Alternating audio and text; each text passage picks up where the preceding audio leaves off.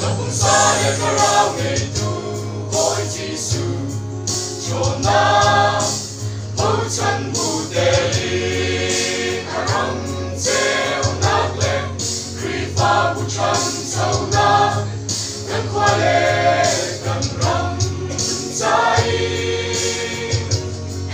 chuan phâu cả ngày vì ta để mất thu tên chuan có cả xuân lại khi pha sia cha cho tê lung vì việc tê dấu chân hợp si cái xuân chín lại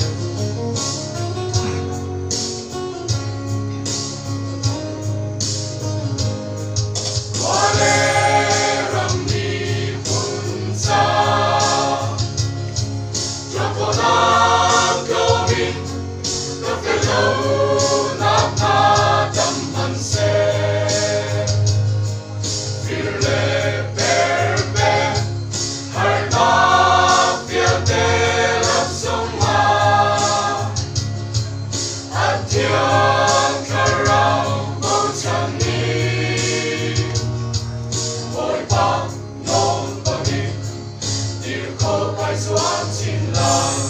ngập bùng xa để cả rao ngày tu ôi Giêsu cho na bầu chân mù tê linh rong treo nát lên khi pha bút chân sâu na gần qua lệ gần rong trái chuan phâu cả ngày vì ta để mất thu tên chuan có cái xuân lại khi pha sia cha cho tê lung vì việc tê dấu chân hậu si tại xuân